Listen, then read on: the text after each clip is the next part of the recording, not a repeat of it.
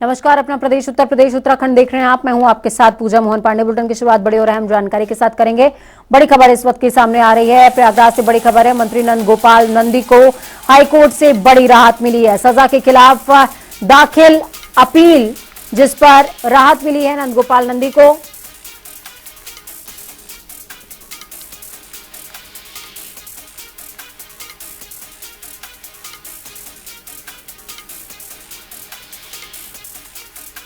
Court ने मामले में नंदी को रेगुलर जमानत भी दे दी है। 25 जनवरी 2023 को कोर्ट ने सजा सुनाई थी। 2014 में दर्ज मामले में यह सजा सुनाई गई थी। मुट्ठीगंज थाने में दर्ज हुआ था मामला। नंदी ने सजा के खिलाफ अपील दाखिल की थी जिसमें उनको बड़ी राहत मिली है।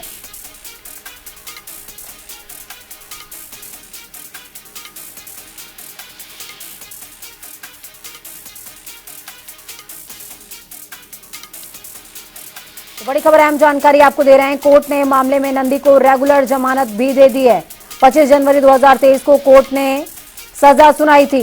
2014 में दर्ज मामले में सजा सुनाई गई थी जिसके खिलाफ अपील दायर करी थी नंद गोपाल नंदी ने और उनको बड़ी राहत मिली है। ताजनगरी पहुंचे उप मुख्यमंत्री ब्रजेश पाठक ने सिकंदरा बाईपास स्थित सावित्री देवी कैंसर हॉस्पिटल में सीटी स्कैन मशीन का उद्घाटन किया। साथ ही ब्रजेश पाठक ने कहा कि सीटी स्कैन मशीन से कैंसर के मरीजों को सीधे तौर पर लाभ पहुंचेगा। इस मशीन से कैंसर के मरीजों को सुविधा मिलेगी। मरीज को डिटेक्ट करने में शरीर में कहाँ कहाँ है। मैं डॉक्टर साहब का बहुत बहुत आभार प्रकट करता हूँ कि उन्होंने आगरा के लिए अच्छा काम किया। सर अभी एसएन मेडिकल कॉलेज में भी सर उद्घाटन करने वाले जो उसका सुपर स्पेशल श्री कृष्ण जन्मभूमि और शाही ईदगाह के जमीनी विवाद में आज फिर एडीजे 6 कोर्ट में सुनवाई हुई, जहां पर कोर्ट ने अपना आदेश जारी करने के लिए 25 मार्च की तारीख तय कर दी है। आपको बता दें कि श्री कृष्ण जन्मभूमि की 13.37 एकड़ जमीन के मालिकाना हक का मामला मथुरा के एडीजे 6 कोर्ट में चल रहा है, जिसमें कई महीनों से वादी की तरफ से निरीक्षण कराने की मांग की जा रही है। तो वहीं दूसरे पक्ष ने शाही ईदगाह को लेकर दलील दी, जिसके बाद कोर्ट ने सभी पक्षों की सुनवाई के बाद आदेश जारी करने के लिए 25 मार्च की तारीख को नियत किया है। देखिए, श्री कृष्ण जन्मभूमि के मामले में एडीजे 6 महोदय के यहाँ इसकी सुनवाई हुई है और हमारी तरफ से और शाही ईदगाह पक्ष की तरफ से इसमें बहसें पूरी हो चुकी हैं और माननीय न्यायालय के द्वारा आज की तारीख इसमें आदेश के लिए नियत की गई थी और जिसमें हमारा विशेष रूप से ये कहना है, रिवीजन हम विशेष रूप से हमने प्रार्थना की थी कि वहाँ कोर्ट कमीशन जाना चाहिए, वहाँ की वीडियोग्राफी हो, फोटोग्राफी हो, जितने भी तथ्य हैं सब रिकॉर्ड में आने चाहिए जिससे कि उसकी वस्तुस्थिति क्लियर हो सके। सिविल डिवीजन में आदेश होना था, उन्होंने सभी पक्षों की बहस तो पहले सुन ली थी और सब चीज़ कम्प्लीट हो चुकी है। आज कुछ रूलिंग भी हमने दाखिल की है और उन्होंने 25 ये मार्च आदेश में लगा दी है। 25 मार्च को इसमें आदेश पारित हो। आज बताया पार्ट ऑफ ऑर्डर। हाँ, उन्होंने ये था कि शेष रेस्ट एविडेंस या रूलिंग जो दाखिल करना चाहते हो आज वो दाखिल करें, तो हमने अपनी रूलिंग वगैरह आज दाखिल कर दी है। अब 25 मार्च को इसमें आदेश पारित किए जाएंगे, जो भी आदेश होगा सबके सामने। खेल मंत्री गिरीश चंद्र यादव ने खिलाड़ियों को संबोधित करते हुए कहा कि सीएम योगी के प्रयास में यूपी आगे बढ़ रहा है। साथ ही उन्होंने कहा कि सीएम के प्रयासों का नतीजा है कि आज यूपी में युवा खिलाड़ियों को नए अवसर मिल रहे हैं, तो युवा खिलाड़ी आगे भी बढ़ रहे हैं। वहीं खेल मंत्री ने बजट को लेकर कहा कि बजट में पहली बार स्टेडियम को लेकर प्रावधान किया गया है। कानपुर देहात के माती को पार्क में विराट किसान मेला का आयोजन किया गया। विराट किसान मेला में एक ब्लॉक, एक जनपद, एक उत्पाद की भी प्रदर्शनी लगाई गई है। विराट किसान मेला में कृषि यंत्र, खाद, बीज, दवा के लगे हुए स्टॉल्स काफी आकर्षक हैं। तो वहीं प्रदर्शनी में पहुंचे सांसद सुब्रत पाठक ने स्टॉल्स का जायजा लिया। सुब्रत पाठक ने लोगों को संबोधित करते हुए कहा कि किसानों को जैविक खेती को लेकर बढ़ावा दिया जा रहा है। देखो कि किसानों की उन्नति के लिए, किसानों को जैविक खेती का बढ़ावा देने के लिए और किसानों की फसलों के उचित मूल्य के लिए सरकार लगातार प्रयास है। किसानों की आय वृद्धि के लिए सरकार प्रयासरत है और मैं निश्चित रूप से किसान अपने तकनीक को सीखे और सरकार के द्वारा दी गई योजनाओं का लाभ ले, इसको लेकर इस सम्मेलन का आयोजन हुआ है। अलीगढ़ मुस्लिम विश्वविद्यालय में छात्रों ने अल्लाहू अकबर का नारा लगाने वाले छात्र वहीदुर जमा के निलंबन वापस लेने की मांग को लेकर प्रोटेस्ट मार्च निकाला। ये प्रोटेस्ट मार्च मौलाना आजाद लाइब्रेरी से बाबा सैयद गेट तक निकाला गया। इस दौरान कुलपति को संबोधित ज्ञापन प्रॉक्टर को सौंपा गया है। छात्रों ने इसके साथ ही कई अन्य मांगे भी रखी, जिसमें कुलपति चयन को लेकर एमयू में छात्र संघ और अमूटा के इलेक्टेड रिप्रेजेंटेशन की मांग की गई है।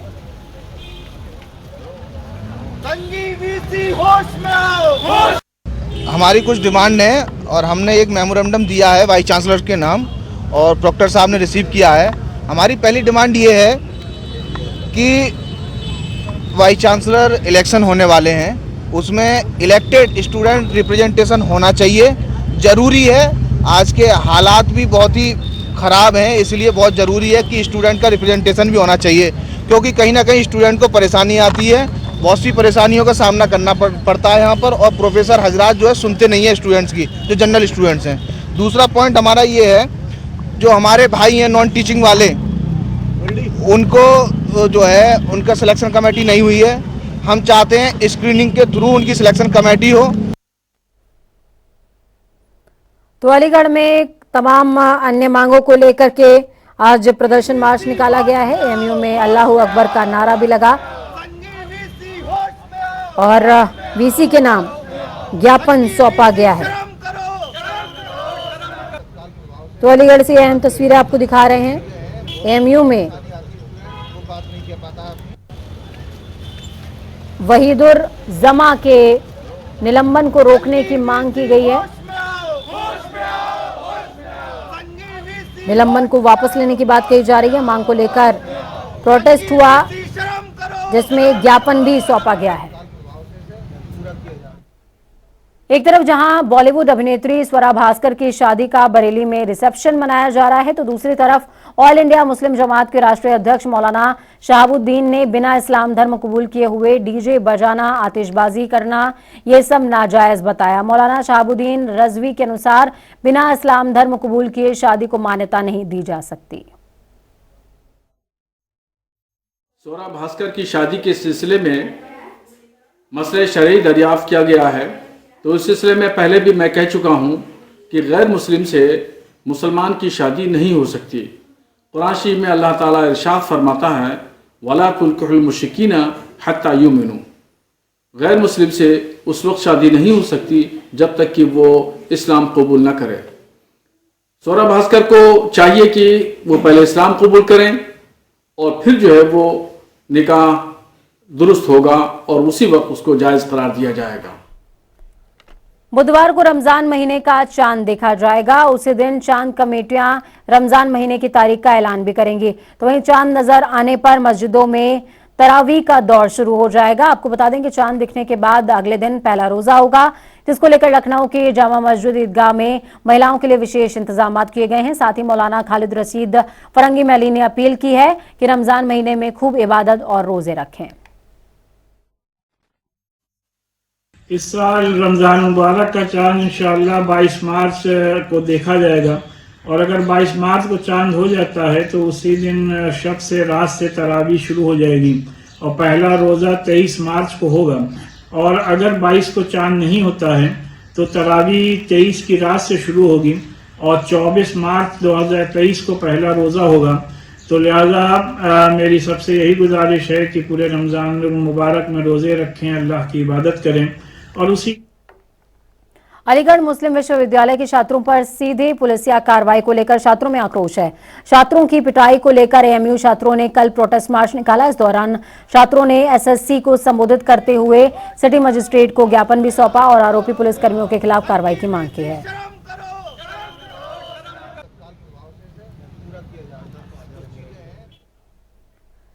तो वहीं देहरादून में मुख्यमंत्री पुष्कर सिंह धामी सचिवालय पहुंचे हुए हैं। सीएम धामी की अध्यक्षता में कैबिनेट की बैठक शुरू हो चुकी है। बैठक में कैबिनेट मंत्री सुबोध उनियाल सहित कई कैबिनेट मंत्री मौजूद हैं। बैठक में कई अहम निर्णयों पर आज मुहर लग सकती है और कई अहम प्रस्तावों पर मोहर का सभी को इंतजार भी है। साथ में आपको बता दें कि कई अहम ऐसे मसले हैं जिन पर सरकार को ध्यान केंद्रित करना है। सीएम धामी इन दिनों काफी ज्यादा व्यस्त हैं।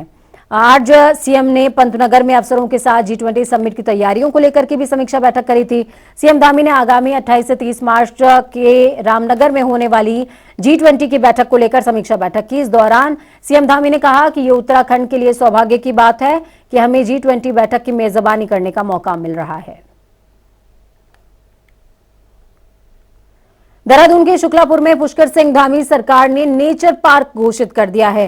पर्यावरण बचाने की दिशा में धामी सरकार का ये एक बेहतर कदम है। तो वहीं लंबे समय से जल और जंगल बचाने की मुहिम चला रहे हैस्को के संस्थापक डॉक्टर अनिल जोशी से हमारे उत्तराखंड ब्यूरो चीफ योगेश राणा ने खास बातचीत की है, जिसमें नेचर पार्क सहित अन्य पर्यावरण बचाने के विषयों पर विस्तार से चर्चा हुई है। सुनिए।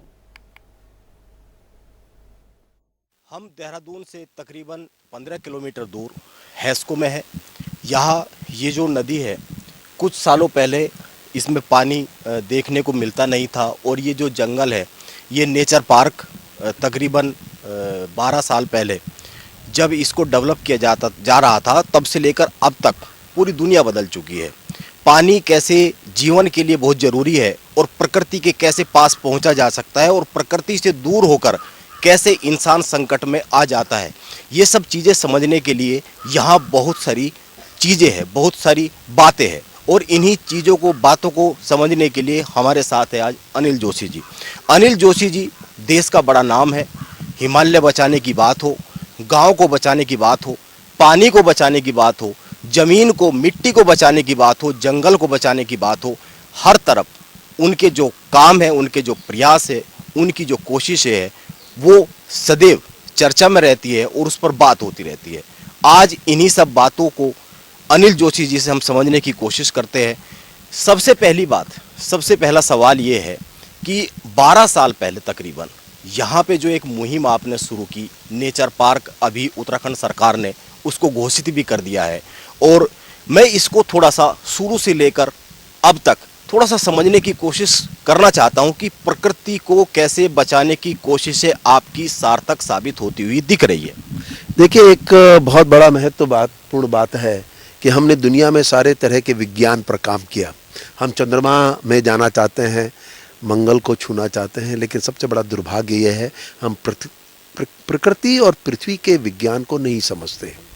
और यही एक बहुत बड़ा कारण है कि आज दुनिया में, और ये बात अपने ही देश की नहीं है या हिमालय की नहीं है, ये पूरी दुनिया में जो सबसे बड़ा संकट है, ये भी आप स्वीकारिए कि 1948 में जब भारत स्वतंत्र हुआ था, सबसे बड़ा संकट था इकोनॉमिक क्राइसिस थी, क्योंकि रोजगार चाहिए थे, आर्थिक रूप से हम सबल नहीं थे। और आज समझिए कि दुनिया में ठीक उसी तर्ज में इकोलॉजिकल क्राइसिस आ गई है। यूनाइटेड नेशन के एंटोनियो गुटेरेस हो या पूरा यूनाइटेड नेशन कहीं ना चिंतित है, दुनिया चिंतित है। ग्लेशियर अंटार्कटिका से लेके आर्कटिक हो या फिर हिमालय के हों, कहीं ना कहीं हम एक नए संकट में फंस गए और इसलिए आज इकोलॉजिकल क्राइसिस है। अब आप देखिए, दिल्ली में दमघोटू हो जाती है हवा, और बड़े शहर जिनमें हम इतराते फिरते हैं वो जीने के लायक नहीं रहे। सिर्फ और सिर्फ ये इसलिए हुआ कि हमने प्रकृति के विज्ञान को नहीं समझा, हमने विकास को विनाशी बना दिया। अगर हम विकास के साथ प्रकृति और पारिस्थितिकी को सोचते तो शायद हम दोनों को लेकर चलते, और शायद यही प्रयोग था। हम यहाँ आए थे जब बसे इस जगह में, ये नदी हमारे लिए सबसे बड़ा कारण थी, लेकिन ये तत्काल सूख गई। 2009-10 में यहाँ पर पानी एकदम विलुप्त हो गया। उसका बड़ा कारण ये था कि जो इसका कैचमेंट था उस जंगल विहीन था, वहाँ पे पानी तो पड़ता था, लेकिन या तो बाढ़ के लिए पड़ता था, बड़ी बाढ़ आती थी यहाँ पे, और या फिर वो अन्य समय में पानी इसलिए जानते थे कि हम पानी की त्राही करते थे। तो हमारे लिए बड़ा विषय था। मैं और मेरे साथी सब ये जानते हैं कि ये वन है जिनकी बड़ी भूमिका होती है जलागम में, जो पानी को बांधते हैं वर्षा के। लेकिन ये बड़ा सवाल था कि अगर हम आज वन लगाएंगे तो 12-15 साल बाद कहीं फलीभूत होंगे, तब हमारा पानी वापस आएगा। तो हमने एक नया प्रयोग साधा। हमने साधा प्रकृति को समझते हुए कि पेड़ का क्या योगदान है। पेड़ अपनी जड़ों से वर्षा के पानी को पकड़ के और सींचता है। एक्विफर जल भित उनको सींचता है और वही धीरे धीरे निकल के नदी को बनाते हैं। ये पूरे संसार में ये सत्य है।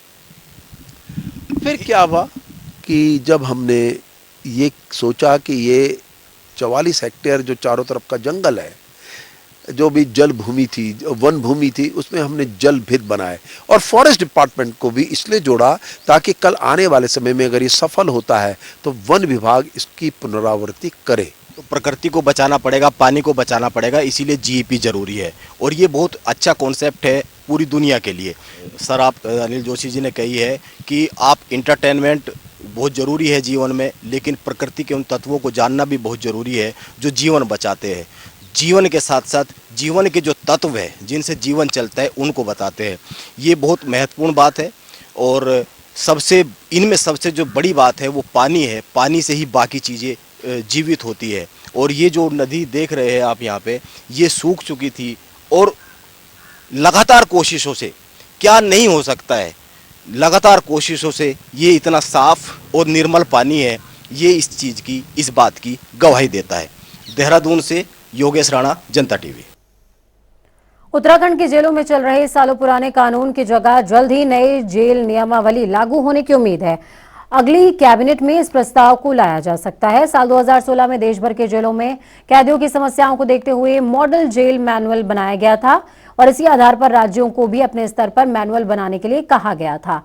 उत्तराखंड में भी साल 2019 में इसकी तैयारी शुरू हुई, लेकिन 4 साल बाद भी नई जेल नियमावली तैयार नहीं हो पाई। ऐसे में अब उम्मीद है कि अगली कैबिनेट में इस पर मुहर लग सकती है।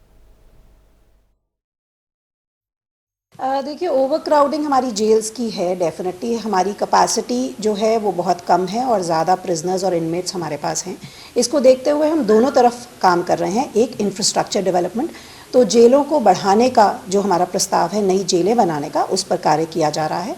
साथ ही साथ जो प्रिजनर्स जेल में हैं जिनको प्री मैच्योर रिलीज़ किया जा सकता है, तो नियमावली में संशोधन करके और उसके साथ इन प्री मैच्योर रिलीज़ के लिए भी कंसिडर किया जा रहा है। उत्तरकाशी के चिन्याली सौर में लंबे समय से भू धसाव की स्थिति बनी हुई है। चिन्याली सौर के मुख्य बाजार को जोड़ने वाली सड़क पर बड़ी बड़ी दरारें पड़ गईं। सड़क पर दरारें झील के कारण हो रही हैं। जोशीमठ में भू धसाव के बाद अब उत्तरकाशी के चिन्याली सौर में भू धसाव से दहशत का माहौल बना हुआ है। लगातार बारिश होने से लोग चिंता में हैं, उनकी चिंताएं बढ़ रही हैं। टिहरी बांध की झील के कारण नेशनल हाईवे, स्कूल, आवासीय भवन और सरकारी दफ्तरों के साथ ही 16 गांवों में बड़ी बड़ी दरारें देखने को मिल रही है। बांध की झील के चलते चिन्याली सौर में पहले भी भू धसाव की घटनाएं हो चुकी हैं। नेशनल हाईवे बाईपास बना है पीपल मंडी से और ईश्वरकुंडा मंदिर तक, तब से इसमें बीआरओ भी, शासन प्रशासन इसमें बहुत लापरवाही बरतता है, जिससे कि ये कम से कम हमारे 5 बड़ी बाजार से इधर जो हमारा है नागनी बाजार है, पीपल मंडी है, चिन्याली सौर है, सारा बाजार प्रभावित हो रहा है। यहाँ से आवागमन तो हो ही नहीं रहा है, लोग आ ही नहीं रहे हैं। इस रोडों के इतने बुरे हाल हैं कि लोग यहाँ से आए दिन जो हैं यहाँ पे एक्सीडेंट हो रहे हैं, तो उससे काफ़ी हमारा जो है व्यापारी भाइयों को काफ़ी नुकसान हो रहा है। यात्री भी यहाँ से नहीं आ रहे हैं। शासन प्रशासन इसमें जो है कोई कार्रवाई नहीं कर रहा है, क्योंकि बाईपास है आने जाने, लेकिन जो है हॉस्पिटल यहाँ पे हैं, इंटर कॉलेज है, डिग्री कॉलेज है, ये पुराने विभाग की जो सेवाएँ हैं यहीं से आवागमन होता है, लेकिन शासन प्रशासन से यही निवेदन करना चाहते हैं। उत्तराखंड की धामी सरकार का 1 साल का कार्यकाल 23 मार्च को पूरा होने जा रहा है। सरकार से लेकर संगठन तक सरकार के 1 साल के कार्यकाल को जश्न की तरह मनाया जाएगा। बीजेपी ने इसके लिए बहुउद्देशीय शिविर लगाकर सरकार की उपलब्धियों और योजनाओं को लेकर लोगों को जागरूक करने का फैसला किया है। साथ ही सभी जिलों, ब्लॉक मुख्यालयों में अलग अलग कार्यक्रम आयोजित किए जाएंगे। साथ ही पार्टी के तमाम वरिष्ठ नेताओं को पूरे प्रदेश भर में प्रेस कॉन्फ्रेंस करने के निर्देश दिए गए हैं। अपने कार्यकाल का 1 वर्ष के जश्न के रूप में मनाया जाना इस प्रदेश के लिए इससे बड़ी हास्यास्पद बात और कोई नहीं हो सकती है। महिलाओं के शोषण की घटनाएं बढ़ रही हैं कि ये इस उपलक्ष्य में अपने जश्न मनाना चाहते हैं। ज्यादा ज्वलंत मुद्दा पलायन का है। ये सरासर युवाओं के, महिलाओं के और यहाँ के प्रदेश के भविष्य के साथ एक मजाक है। इस मजाक के उपलक्ष्य में ये अपना जश्न मनाने जा रहे हैं। ये कहीं ना कहीं इन भाजपा को अपने गिरबान में झांकने की जरूरत है। तो धामी सरकार लगातार अपने 1 साल पूरे होने का, कार्यकाल के 1 साल पूरे होने पर जश्न की बात कर रही है, तो दूसरी तरफ विपक्ष है जो हमलावर भी है। उत्तराखंड में भारतीय जनता पार्टी ने संगठन को रिफॉर्म किया है। जिलों की कई इकाइयों का विस्तारीकरण हुआ, तो वहीं मोर्चा और बूथ पर नई टीमें गठित की गई हैं। पार्टी के संगठन महामंत्री आदित्य कोठारी ने बताया कि 1 मार्च से प्रदेश भर में नई कार्यकारिणी के गठन का अभियान शुरू किया जाएगा और इसे 30 मार्च तक पूरा कर लिया जाएगा, जिसमें हर एक बूथ पर 11 लोगों की कमेटी बनाई जा रही है, जिनके अलग अलग काम होंगे और हर एक ग्रुप पर तकरीबन 30 से 40 लोगों की एक कमेटी तैयार की जा रही है। सामान्यतः पहले जो संगठन के कार्य का विस्तार, संगठनात्मक विस्तार जो है, बूथ स्तर तक, पन्ना स्तर तक चुनाव से पहले किया जाता था। लेकिन इस बार पूरे देश भर में बूथ सशक्तिकरण का अभियान, ये 2 महीने का अभियान हम लोगों ने चलाया फरवरी और मार्च में। अब चूंकि उत्तराखंड में संगठन नया बना है और जिले की कार्यकारिणी बनी है, मंडल की कार्यकारिणी बनी है, मोर्चे बने हैं, तो इसलिए हमारा ये अभियान 1 मार्च से प्रारंभ हुआ है। इसमें हमने इस समय 31 मार्च तक इस कार्य को पूरा करना है और इसमें प्रत्येक बूथ में हमने 11 लोगों की कमेटी, उसमें अलग अलग काम बांटते हुए 11 में से एक व्यक्ति मन का प्रमुख होगा, एक व्यक्ति लाभार्थियों का प्रमुख होगा, ऐसे एक व्यक्ति जो है, जो हमारे वर्ष भर में 6 कार्यक्रम होते हैं, उनका प्रमुख होगा। तो चलिए फटाफट अंदाज में 2 मिनट में 10 अहम जिलों का रुख करेंगे। बदायूं में अज्ञात व्यक्ति की मौत से इलाके में मचा हड़कंप। सूचना पर पहुंची पुलिस जांच में जुटी। उसैहत थाना क्षेत्र के कस्बा कटरा चौराहे का है पूरा मामला। गोंडा में दबंगों ने बुजुर्ग के साथ करी मारपीट। बुजुर्ग को अधमरी हालत में नाले में फेंककर हुए फरार। पीड़ित परिवार ने पुलिस को दी सूचना। बुजुर्ग का जिला अस्पताल में इलाज जारी। रायबरेली में अतिक्रमण हटाओ अभियान, लोगों को दी गई अतिक्रमण को लेकर चेतावनी।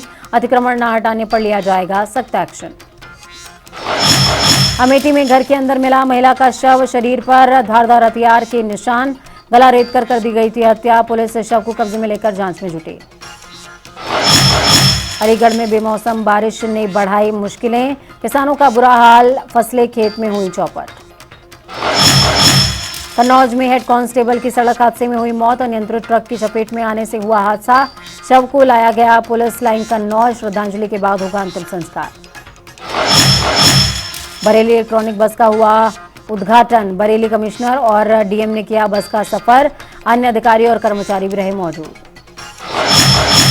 बिजनौर में आदमखोर गुलदार की तलाश में जुटा वन विभाग। गुलदार से गांव में छाया सन्नाटा। ग्रामीणों ने गुलदार के खौफ से जंगल जाना छोड़ा।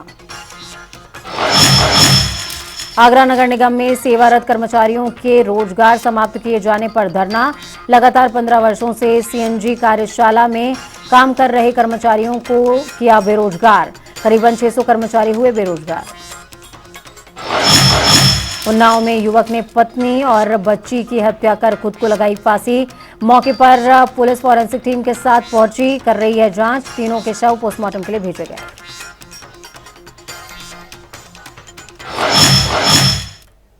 वक्त यहाँ पर छोटे से ब्रेक का। ब्रेक के उस पार खबरों का सफर लगातार जारी रहेगा। बने रहिए जनता टीवी के साथ, क्योंकि हमें आपकी ताकत, अपना और अपनों का बहुत ज्यादा ख्याल रखिए। नमस्कार।